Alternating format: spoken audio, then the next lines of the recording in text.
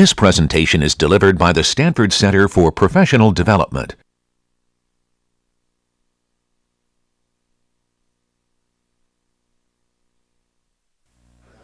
Okay, let's get started. So today's segment, come on.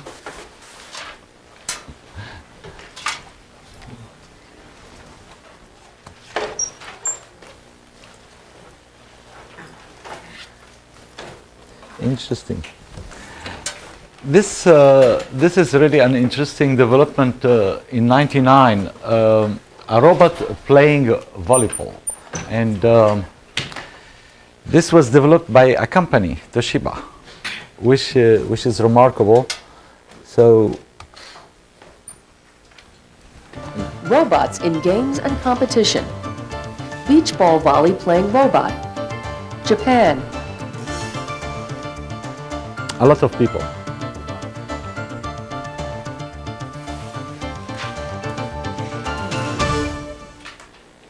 Future robots are going to work in your houses and hospitals with humans.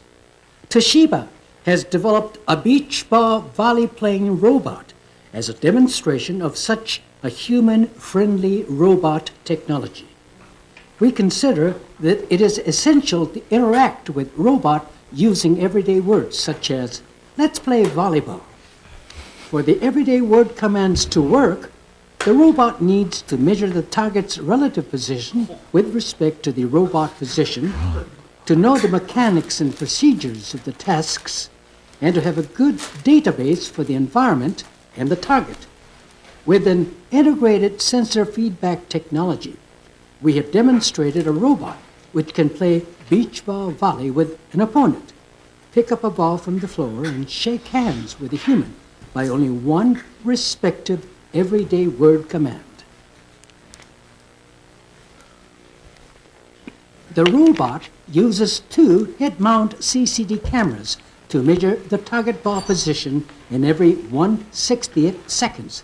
The cameras always track the ball.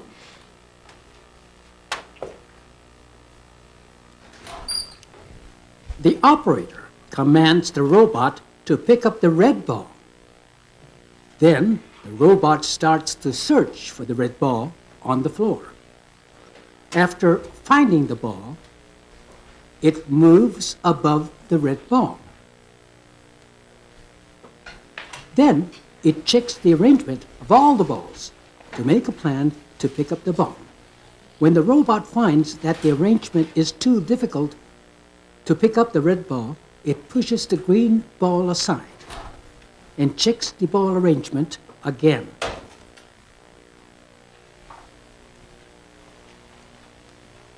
Then it picks up the red ball. We use visual servo control at the rate of 1/60th seconds to achieve this picking up motion. This is the robot view.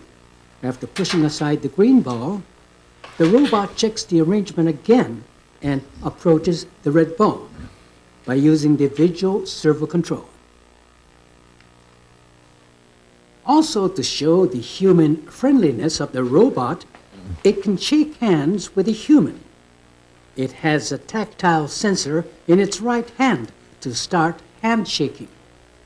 It also has a 6-degree of freedom force torque sensor at its wrist to readily respond to the young lady. See you. Okay, so I'm not sure who was shaking the hands, the human shaking the hands of the robot or the robot shaking the hands of the human. I wonder if you know why this whole environment is white.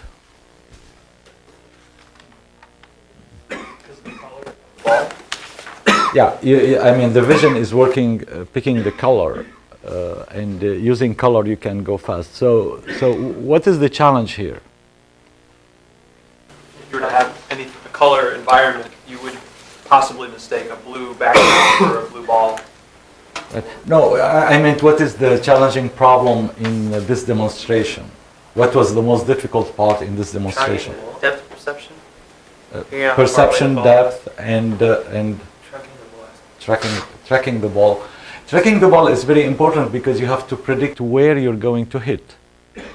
By the way, students from this class last year worked on a project in experimental robotics to duplicate this with the Puma, and it was a lot of fun. So you have the camera and you're tracking the ball. You need to predict where the ball is going to be, and then you place, because your arm is not going to be positioned correctly with the right orientation unless you do that prediction. And this is how human work. Human do a lot of prediction. I mean, the feedback is really slow, but the prediction is amazing, and that's how you can do this. There are also other aspects of the problem. They were talking about the grasping, which is a very simplistic problem in here because they are using really two hands as a gripper for a large object. So the grasping part is, but it was remarkable. In '99 they managed to do it. So that was quite interesting. 97, 98, Honda came with Ashimo, and that was another big achievement in robotics, getting a robot to walk upstairs, downstairs. We will get to talk about this later, but it was the time when suddenly, just before the turn of the century, we started to see all these results coming from the maturing of technologies that were bringing vision, good mechatronic integration to make robots much faster, to do tasks like walking stably and also performing dynamic skills like hitting the ball back. Okay, the Jacobian again.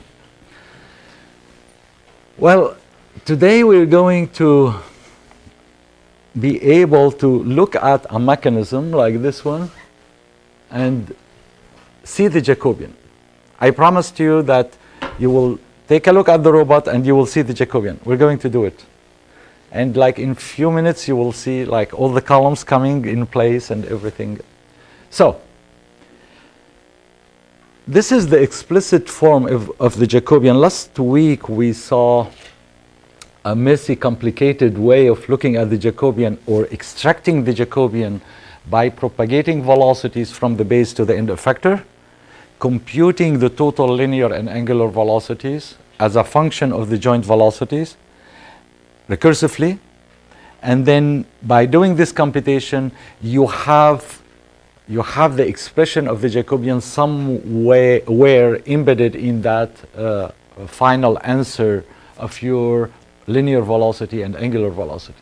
So if you separate the joint velocities, you will find what are the element of your Jacobian matrix. But you don't have any idea about exactly what is the structure of this Jacobian matrix, what would make it really singular, how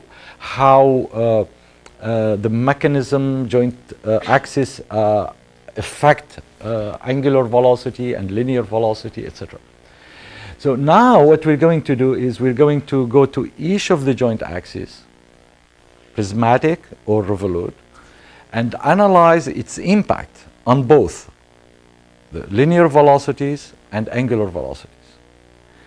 And by doing this analysis, we are going to be able to immediately see how these joint axes are going to map to the Jacobian, in which columns and in which way. And then basically we can do the reverse. We look at the joint axis and we will see the Jacobian. So this is what we're going to do. All right. So let's start with a joint. Pick a joint. I don't know. This one? Let's pick this one.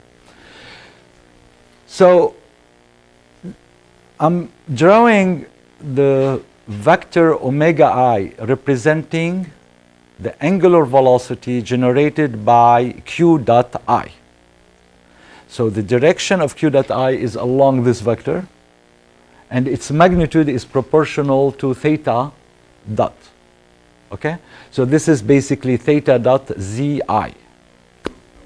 which we are calling omega I.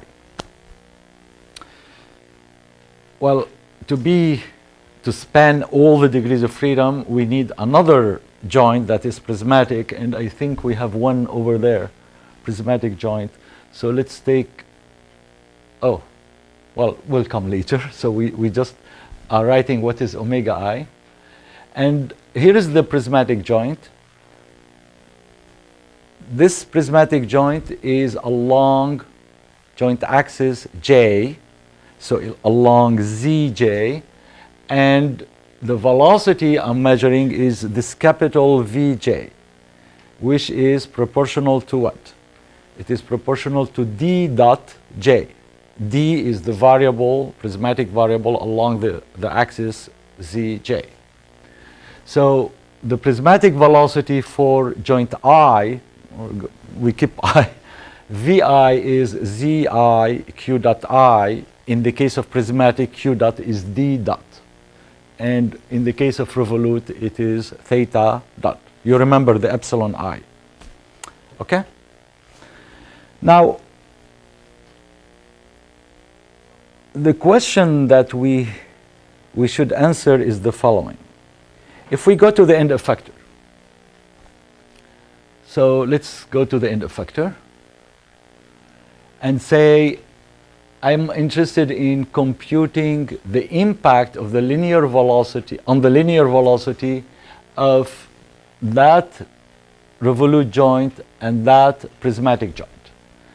So I'm going to put prismatic joint and revolute joint, and we are forming this table.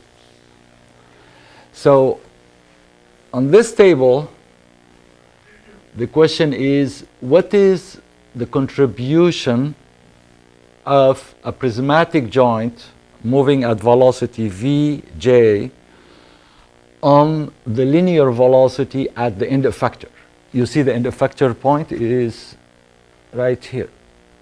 So at this point, what if I have everything is still? If I just have Vj, what would be the end effector linear velocity? So we need to answer that question. Then we will place it here. I'm sure everyone now is looking at the notes. Don't look at the notes. Place it here. And then we're going to find the impact on angular velocities. So think about it. This joint is translating with this velocity. What would be the linear velocity due to Vj? Not all at the same time. Anyone? What will be Vj? What is the impact on the linear, the angular velocities? None. So the Vj is transformed directly to the end effector, and we will find that the prismatic joint will have a contribution on the linear velocity identical to the prismatic joint velocity along the same direction of that velocity. On the angular velocity, a linear velocity will not change the angular motion of the end effector, so there will be no effect.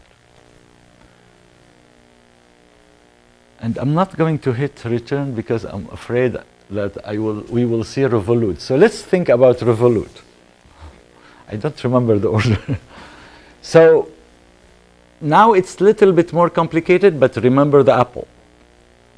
That is, we are going to look at the effect of this omega I at the end effector. What is the linear velocity due uniquely to omega I? So, do you remember the apple? So, what information we need? We need to locate the end effector point distance from the axis. So we really need to introduce a vector that connect joint I to the end effector. We will call it PIN, connecting the origin of frame I to the origin of frame N. So let's make sure the none is, okay, perfect. So now on the revolute, we do this connection, and now we need to compute the linear velocities due to omega I. So that is going to be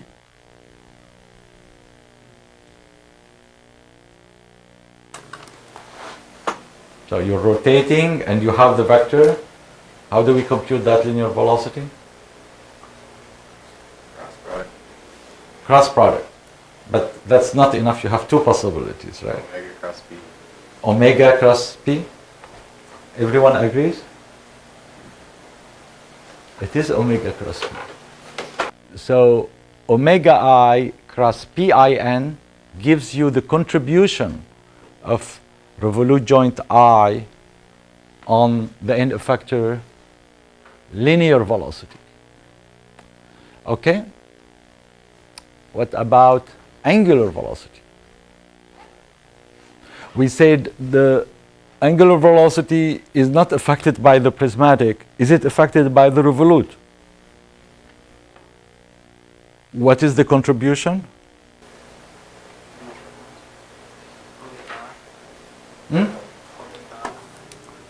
Omega I itself. So if we have a revolute joint, the total angular velocity is going to be the sum of all the omega i's. And everyone is going to contribute with the same angular velocity. Now, the total angular velocity, you walk through, you take your epsilon I, and following the type, prismatic or revolute, you can compute the total angular velocity. So if we had a prismatic, a robot with prismatic joints only, what would be the total linear velocity? We call it V. The total linear velocity is going to be equal to the sum from I equal 1 to n of, with epsilon, I need something, because I'm going to use something like Q dots.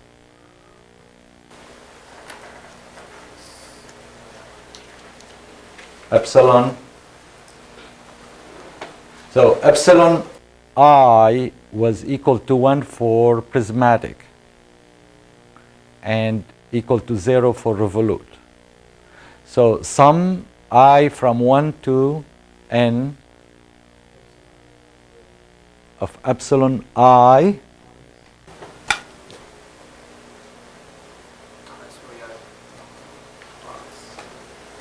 so all prismatic joints, come on. I mean, if you just have prismatic joints, we are talking only about V1 to Vn, right? You just add them together.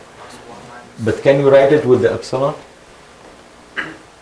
Is it epsilon I or epsilon I bar? Epsilon I times the VI's. Okay. Right. If we had revolute joints only, the linear velocity would be, okay, someone else. I think from this side, someone was trying to answer. Anyone? You were trying to answer? The V. Okay, I have only revolute joints. And I have those joints starting from 1 to n. What is the total velocity due to those revolute joints? Would be the sum of all of these from 1 to n. But I'm just looking for the epsilon. Sum from I equal 1 to n of, very good, epsilon I bar multiplied by this. Now, if we have mixed joints, then the linear velocity will be epsilon I VI or epsilon I bar omega I1. Now you understand this? Yes. It's 0 when it's revolute and 1 when it's prismatic. Right. So this epsilon is equal to 1 for prismatic joint and equal to 0 for revolute joint, and epsilon bar is the complement of epsilon, which means that this would be equal to 1 if the joint is prismatic. This would be 0, or this would be 0 and then that would be 1. Either one or the other. Okay? Now, what about the total angular velocity? It's going to be, if I have prismatic joints, if we have prismatic joint, you use epsilon I multiplied by 0, he said. He's like sitting like this. I have to, yeah, 0, yes. Epsilon I by 0. So only revolute joints will contribute, and that means omega is equal to the sum from I1 to n of epsilon I bars, all these omega i's. So omega is just this expression. Okay? All right, so here is omega and v. So here, so over there you have v, the total linear velocity, and omega, the total angular velocities. Now, I don't know if you see the Jacobian yet, but we're not far. We're very close. How do we go? So now we have an expression for v, an expression for omega, and the question is, how can we extract the Jacobian? So what is the Jacobian doing? The Jacobian matrix is defined as the matrix that connects q dots to v and omega. So you have two parts in this matrix, jv and j omega. jv is the matrix that connect v to q dots, right? And j omega connects omega to q dots. The question is how we go from here to finding jv and j omega. Could you help? What do we need to do? So right now I'm expressing v as a function of vi and omega I. Omega as a function of omega i's. What do we need to do? Yes. Omega I is for ZQ dot. Okay, so Or, I'm sorry, yeah, ZQ dot, and then VI is with. zi q dot as well. And if we do that, then we will have an expression here and an expression here that is linear on q dots.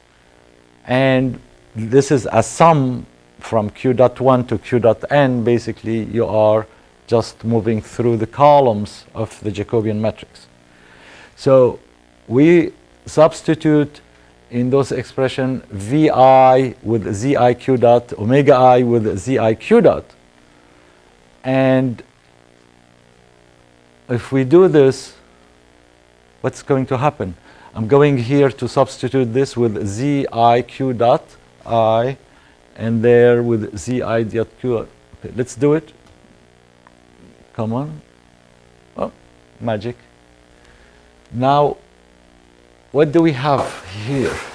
We have q dot i's, the same, but depending on the type of the joint. If the joint is prismatic, I'm using zi, and if the joint is revolute, I'm using zi cross pin. And here, if the joint is revolute, I have simply zi. Let's start with the simplest form. So the simplest is this one. And my question is, what is the first column of the Jacobian matrix j omega? So this will be the j omega. This is a sum, right? So j omega, the first column of j omega of a robot whose first joint is revolute. Okay, I hear Z1, I hear 0. Oh, Z1, everyone. So the first column of a robot that is first joint is revolute will be Z1 for J omega. What would be the first column of JV for that robot, same robot?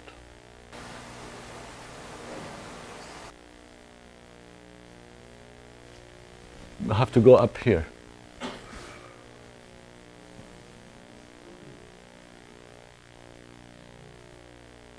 Any volunteer to?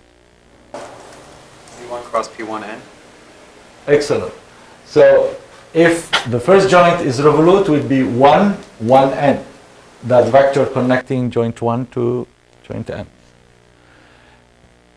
My robot is completely prismatic. Could you tell me what is JV?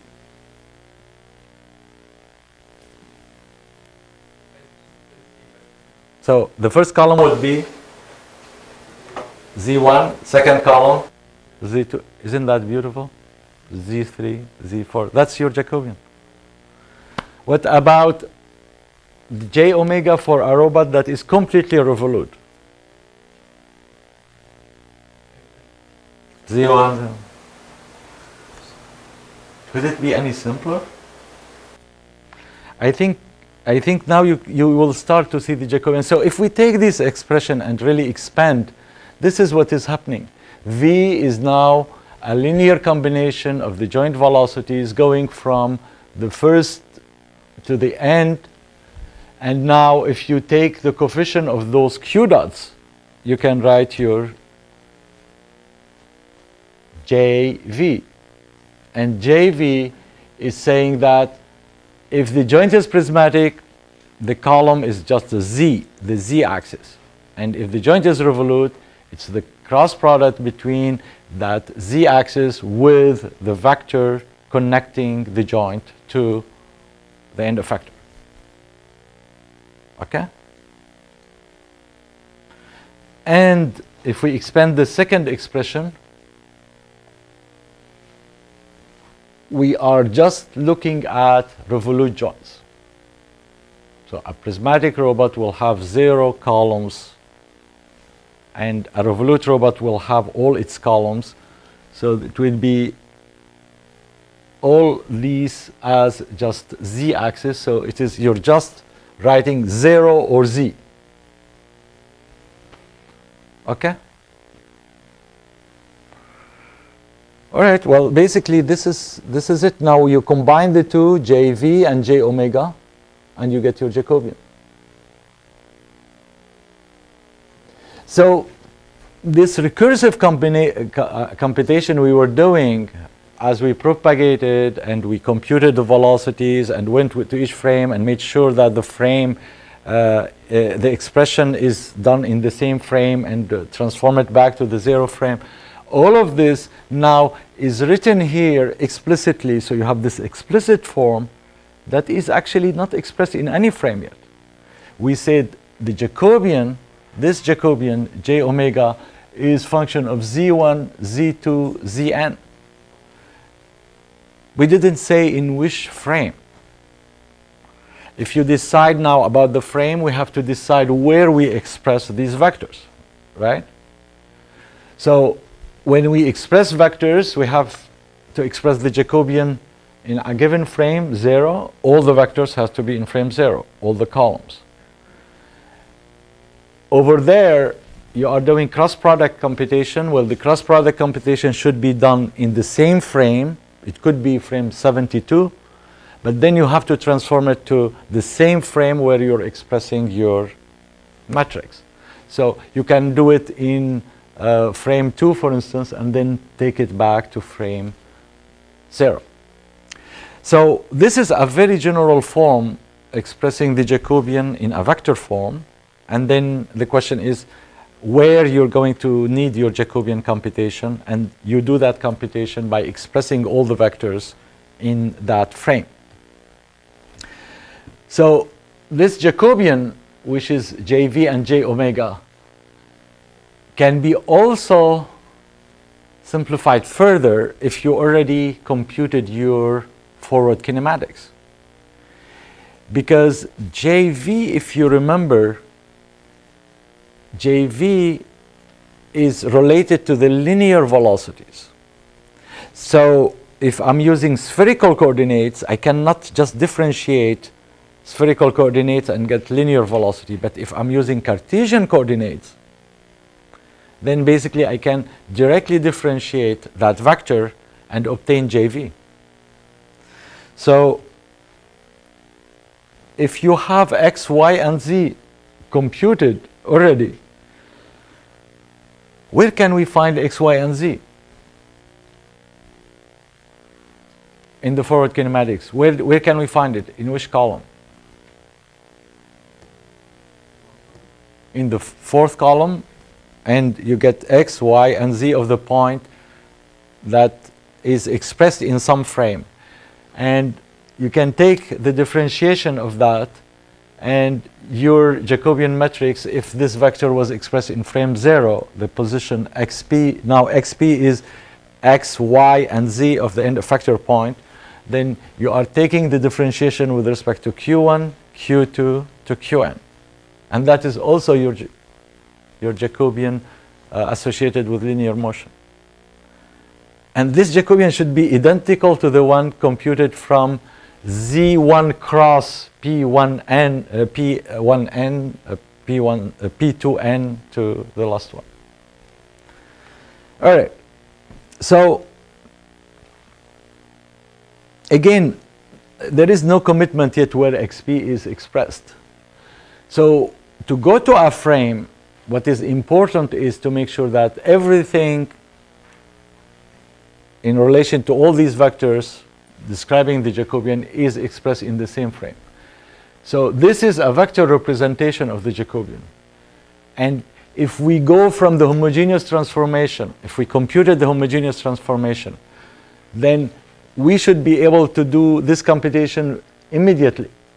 So once you have your homogeneous transformation, you should be able to extract your Z1, Z2, Zn, and XP, and just do the simple differentiation and find your Jacobian matrix. Now, most of the time we express the Jacobian in frame 0. So in frame 0, this would be simply expressing all these vectors in frame 0. Well, it could be frame n. It could be maybe sometimes you need it in frame n for some task and you want to transform it to frame 0. So we need to understand also the relationship between the Jacobian in different frames. But let's first look at these vectors. And for these vectors,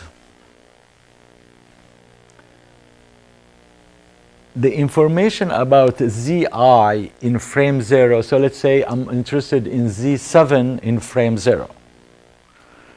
So where can I find this information precisely?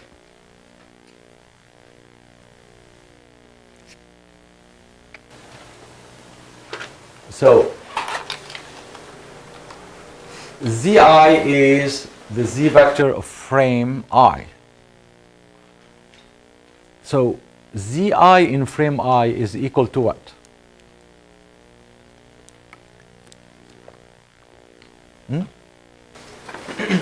What?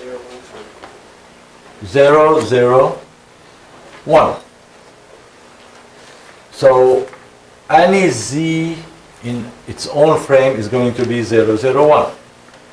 How can we find 0, 0, 1 and transform it to frame 0? What are we going to use? I'm sorry?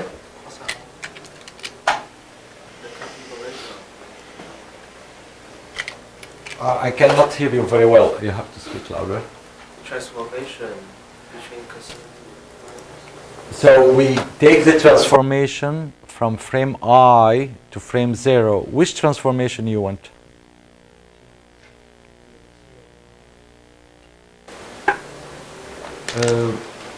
basically the rotation, you take the rotation matrix, the 3 by 3, which is in the homogeneous transformation.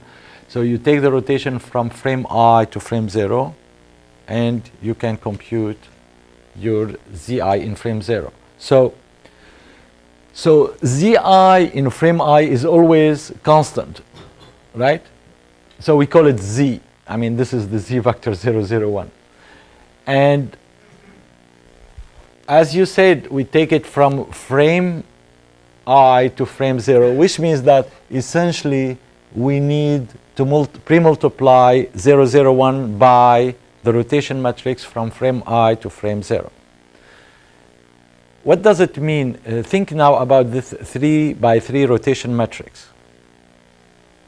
And you are multiplying the rotation matrix by 0, 0, 1. What are you doing there? What is the result if you multiply the 3 by 3 matrix by 0, 0, 1? You are picking the last column.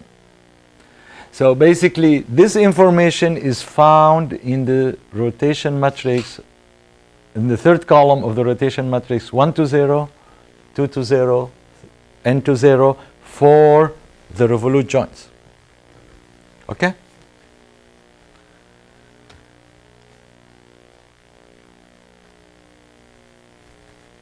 So now we have this form, and we are going to try to apply it to a relatively complicated robot, the Stanford Scheinman arm.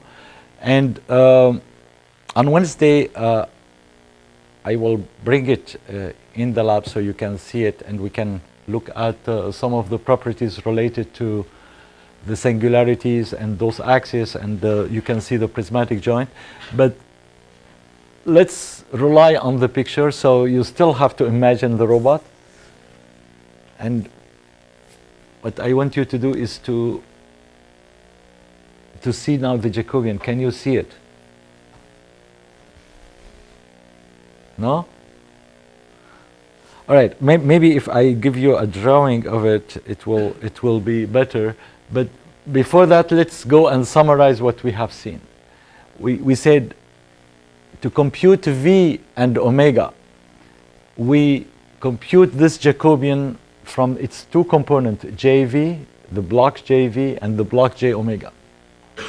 V is JV connecting Q dot to V, and omega, J omega connecting Q dot to omega. And the first column, I mean the first block JV is either the ZI of that joint or the cross product of this ZI with the vector IN. Okay?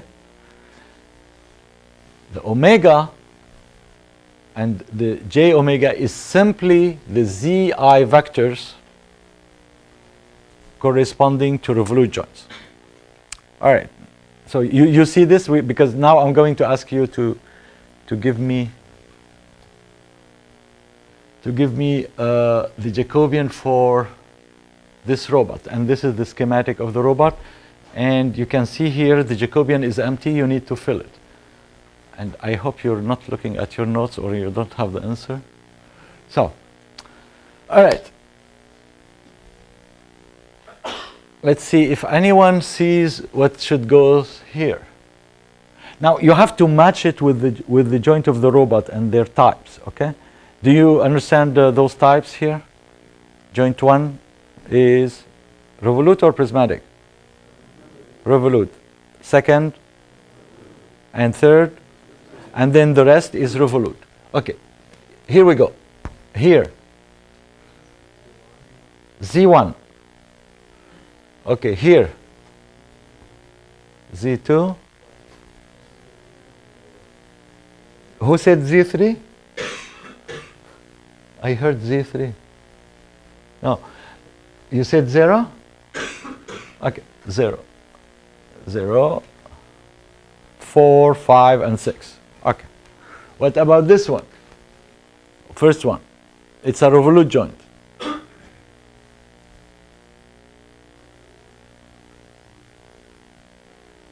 The first one is 0. Revolute joint It is Z1 cross P1 or 0 because they are coincident, but P1 to N. In this case, N is that green frame. It is on frame 3. So really 2 to 3. What about this one? So 1, 2, 3, 2 to 3. Yes? 3. Why not 6? It could be 7 if we attach the frame at any point. Often for the end effector, we attach the frame, additional frame. But for this computation, we said we will do the computation at the wrist frame, which is the frame. In this case, it turned out to be the frame number 3.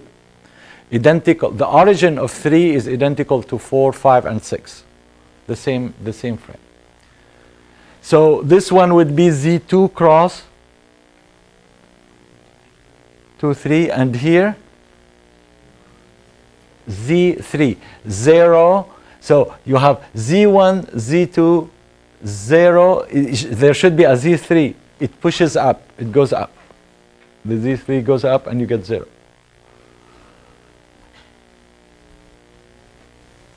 So when you have a prismatic joint, you're getting a 0. Otherwise, you have the revolute joint. So let's check. So you get Z3. So the next column is going to be 0 because now we are measuring the distance from 3 to 4. It's the same point. Yes? All these Z's, what they represent, are they the Z-axis for each frame? Okay.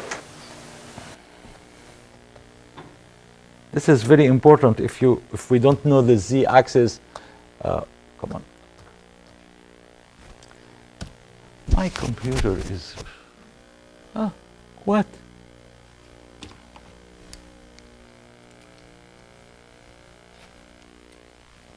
Just 1 second. Let's go back to the beginning.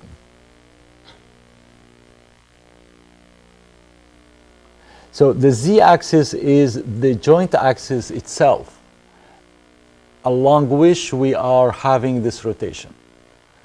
And this is the, when we go to the frame themselves, like when we go here, this is Z0, and if you remember, there was Z1 attached to frame 1, and Z2, we are seeing here Z6. So these are the Z-axis along the joint axis. And those are the Z's that we are talking about. And we are measuring the rotation about the Z-axis, and we are measuring the prismatic motion or the linear motion along the prismatic joint ZI. So when we were computing prismatic joint 3, the motion along this direction is coming from along that joint. Okay, everyone sees this. This is important. If you don't see the Z-axis, yes, you have a question. It's always 0, 0, 1, right? In its own frame. But in frame 0, it's whatever it is. So Z3 in frame 3 is 0, 0, 1. And this is what we call the Z. And what we saw is that when we go and express this in frame 0, we need to transform this vector to frame 0, as well as all the vectors should be expressed in frame 0. Okay, now why do we have 0 here? So this should be Z, what? Z4 cross P 4 to 3. I mean, basically, we're going to that same point, which is 0. So here 0 and here 0. Here we said we have Z1, Z2, 0, Z4, 5, and 6. Okay? All right. Can you really feel what is happening on this Jacobian compared to your mechanism? Do you understand it? although we are in the same frame, the origin at the same point, rotations are going to add. So there is columns for omega. For the linear velocity, there is no effect of joint q dot 4, 5, and 6 on the linear velocity. But angular velocity, it is there. The rotations are described directly by the z-axis of the joints. And when you multiply by the q dot to compute v and omega, you are multiplying here by q dot 1, q dot 2, q dot 3, 4, 5, and 6. Okay? Yes? Just double check. You could have also said Z1 cross P16. Yeah, I mean, if we called this the end effector frame in frame 6, yeah, it will be 6. And if it was another frame, 7, at the end effector, it could be 7. I just write it here, knowing the fact that 3 is the same point as all the following origins. Okay. Now we're going to do this computation. Now we're going to find this matrix. And so maybe that's what it was doing, just like, thank you. How can I turn it off? I think my computer was like suffering trying to update something. All right. And it must do it every time I have a lecture. I think the camera just like looks and find me and look at the black and white and then just, oh, he's here, so let's do it now. All right. So it's quite simple, but please pay attention now. I'm going to show you how we can start from the beginning, right after you did your frame assignment, and compute both forward kinematics and your Jacobian in one shot. So let's walk through it. So we know how to do this, right? You did the homework and you know how to do it. And this is D2, a constant, right, over there. So I'm going to use D2, D3, and we are going to use those variables, and we are going to express our transformation as a function of theta 1, theta 2, D3, 4, 5, and 6, which are the Q's. So what we are going to do from here, we are going to compute the homogeneous transformations. Every rows correspond to a homogeneous transformation that is computed from these expressions going from frame I minus 1 to frame I. This is I. And now I'm going to write it down. So when we computed all of these, we do this multiplication and we find the forward transformation from frame n to frame 0. Okay. Now, the way you do this computation, the steps you're going to take are very important in order to obtain your Jacobian in a given frame at the same time as you are doing your forward kinematics. So this is the transformation from frame 1 to 0, 2 to 1, 3 to 2. These are coming directly from the formula. You're not doing any multiplication. You're getting 1 to 0 from the row, first row, second row, third row, fourth, fifth, and sixth. Okay? So I'm just applying the formula to all the DH parameters. And if we had another frame attached to the end effector, there will be 7 to 6. And that one will be constant. It will not be depending on any joint. So here is what we're going to do. If we are going to express our Jacobian, and this is what we do most of the time in frame 0, because we would like to find our velocities in frame 0. So what are we going to need? We need We are going to need all the vectors in frame 0. So in particular, we need the zi vectors in frame 0, which means we need the rotation, the third column of the rotation matrix vector that take us from frame I to frame 0. So for the first z, z1 in frame 0 is where? Z1 in frame 0 is right here. It is 0, 0, 1. So when I do this computation, I will compute 2 to 0 by multiplying 2 to 1 by 1 to 0. I get 2 to 0. And that gives me Z2 in frame 0. What is Z2 in frame 0 from here? Minus sine 1, cosine 1, and 0, the third column. And this is Z3 in frame 0. So these are very important in computing the Jacobian, but also are going to be needed. So when I'm doing the multiplication, I always form from I to 0. I will not compute 3 to 1 and then multiply it by 3 to 0.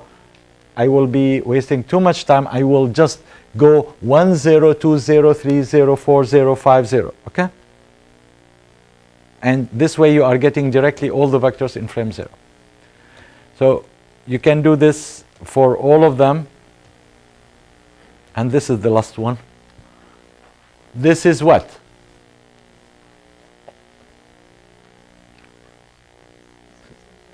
Z6 in frame 0. Okay. So where is your Jacobian?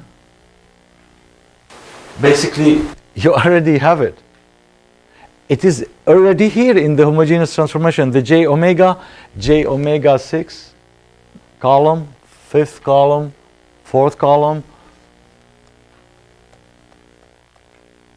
third, second, first column. Actually, the third is 0, but this z is needed in the top of JV, so it will go up. Yes?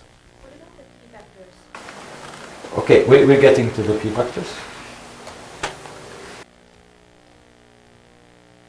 Okay, so the j omegas are already there, all the columns.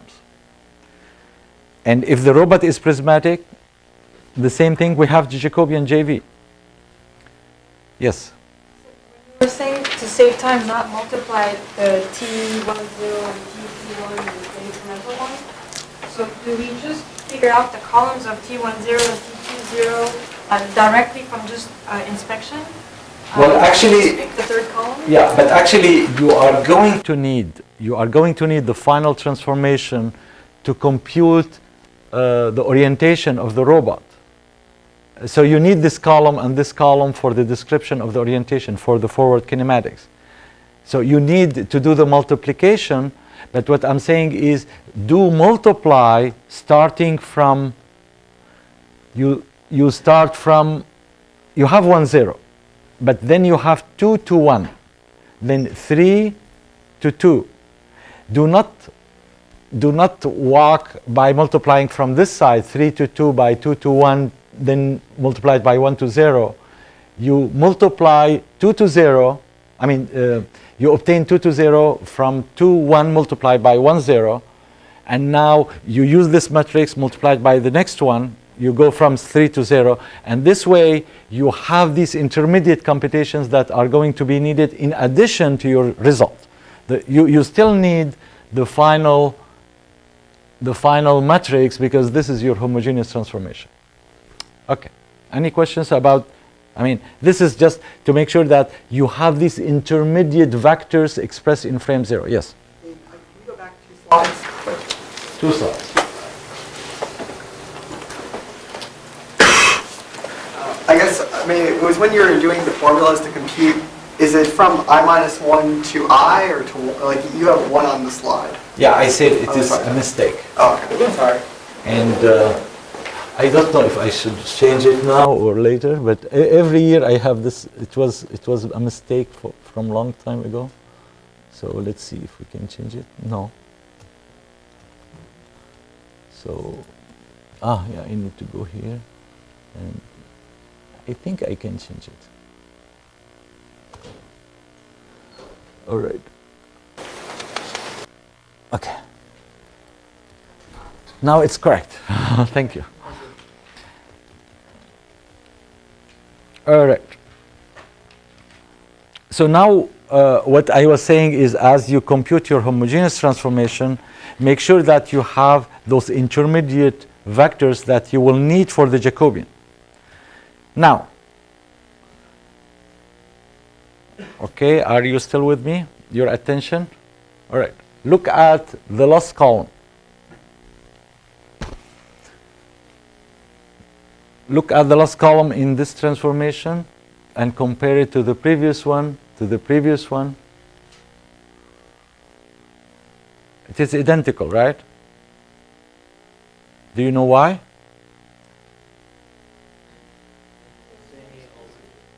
We have the same point. So actually this is the same as we have here. When we reach frame 3, in fact, we reach the end effector point.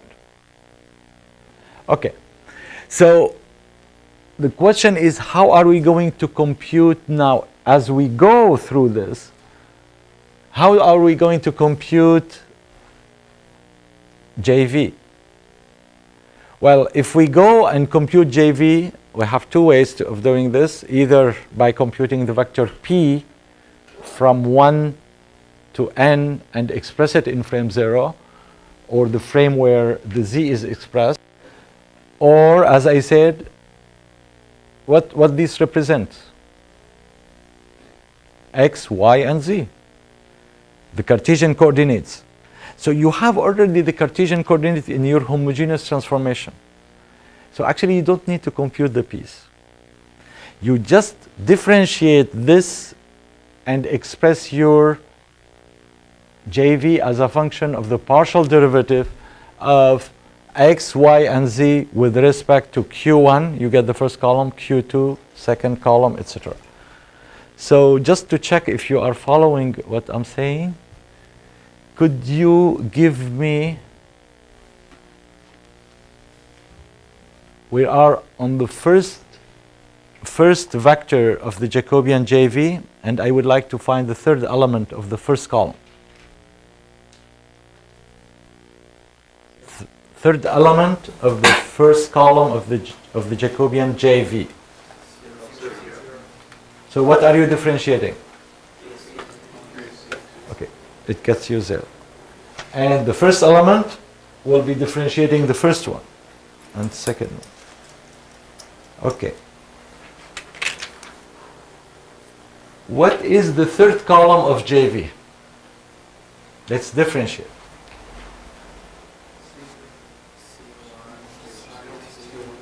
C1, S2, S1, S2, and C2. Okay. Can you check whether your answer is correct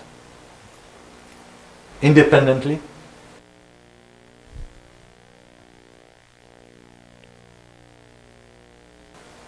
Yes, go ahead. It's just a Z column. It is this. It is because this is a prismatic joint, joint 3. It should be identical to the Z3, which is here. So when you differentiate with respect to D3, you obtain this column. Do you see that? Because both computations should give you the same answer. So the third column, we know the third column is simply Z3. But if you still differentiate, you get Z3. Okay? Now you trust it? All right. So basically, this computation of the Jacobian is already in your homogeneous transformation. I mean, you are computing, at the same time, you are computing your forward kinematic X, Y, and Z, And all what you need to do is to extract your z vectors in the appropriate frames and fill your Jacobian. And for the JV part, you are going to use this differentiation. And you have your Jacobian. So the Jacobian matrix for the Stanford-Scheinman arm, once you computed your homogeneous transformation from frame 6 to frame 0, you have your forward kinematics. In here, you have x, y, and z. In here, you have the rotation, so you have direction cosines. You have all the description. Here you have your direction cosines, x, y, and z. Direction cosines, first column, second column, third column. And now you can take the intermediate steps where you computed the zi's to fill your Jacobian matrix. And the Jacobian matrix is here. Yes? Two columns? The first two columns we differentiated this expression with respect to Q1. This is x. This is the first element, 1, 1. In the first column, second element is differentiation of this with respect to 1, and this with respect to 1. So what we are doing, we are taking x, y, and z and differentiating with respect to Q1. That will give you the first column. This column corresponds to the contribution of joint 1. So you differentiate with respect to Q1. This column is the contribution of joint 2. You differentiate with respect to Q2. The third column is with respect to Q3, or because this is a prismatic joint, this could be obtained directly from Z3 in frame 0. Yes? This XP, is it the fourth column of T06? Right. This is the fourth column of T06 in here. So if you read this and you manage to read this, you will obtain the same thing. XP is copied from X, Y, and Z in the homogeneous transformation if we are selecting Cartesian coordinates.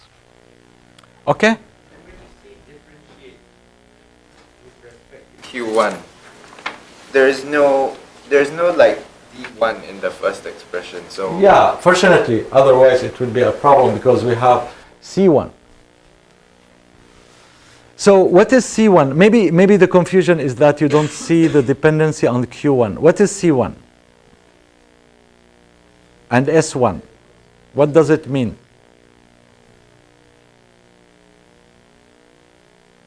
Could you explain what is C1 and S1? Anyone can help me finding what is C1?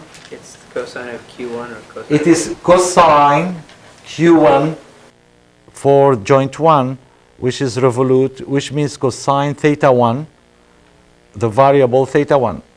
So Q1 is in the cosine 1, and C1 means cosine the angle Q1.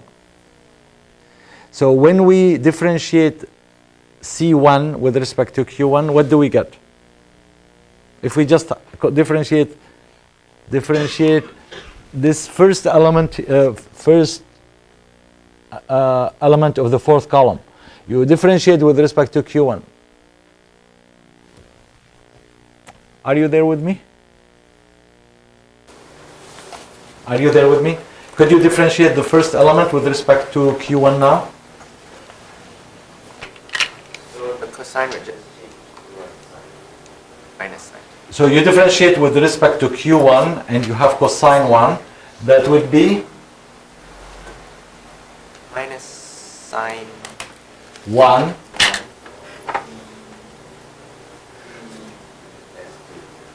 and minus cosine 1b2. very good.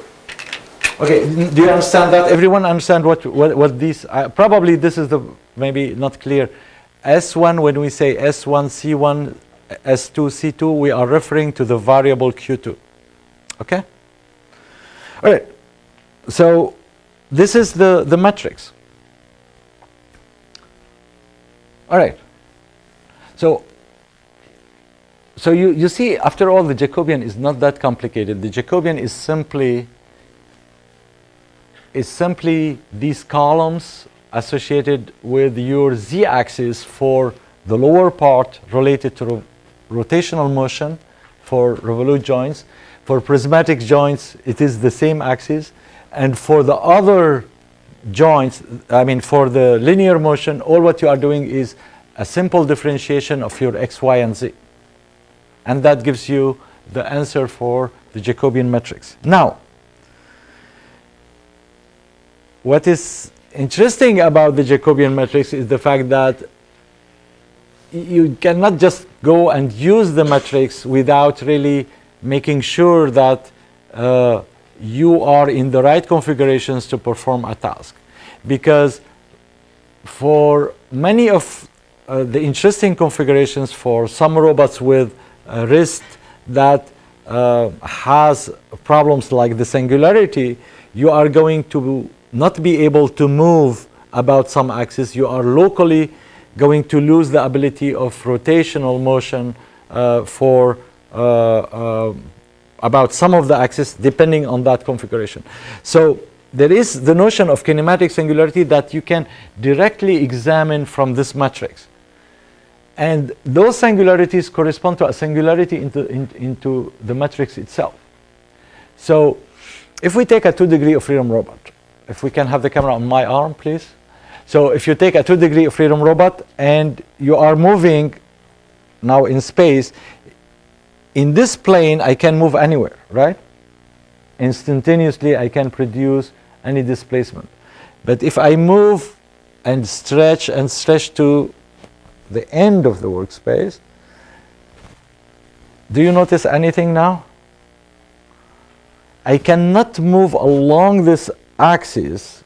So the axis could be like this or like this, but I cannot move instantaneously along this axis. There is no displacement delta theta 1, delta theta 2 that produces a component in this direction. And this is a singularity. What happened in this configuration is the fact that now the two columns of your Jacobian matrix became dependent. So when those columns become dependent, you are going to lose rank. The matrix is not full rank. This matrix is 6 by 6. And we like it when it is full rank. But if two columns become dependent, immediately you lose rank and you lose the freedom to move. So on Wednesday, I will bring the Stanford-Shaman arm here, and we will be able to examine another type of singularity related to the wrist point, and the fact that joint 4 and joint 6, when they are aligned, you lose the ability to rotate about this axis. And that makes it really hard to perform motions in those locations. Not only in those locations, but also around those locations. The problem of singularity is that when you come close to the singularity, the matrix becomes L-conditioned. Numerically, it's L-conditioned. If you want to compute the inverse, it is going to give you large numbers. And that is, if you want to do a small displacement in delta x, you will need large displacement in delta q to produce those motions. So we will examine this, and we will talk about the kinematic singularities on Wednesday. See you then.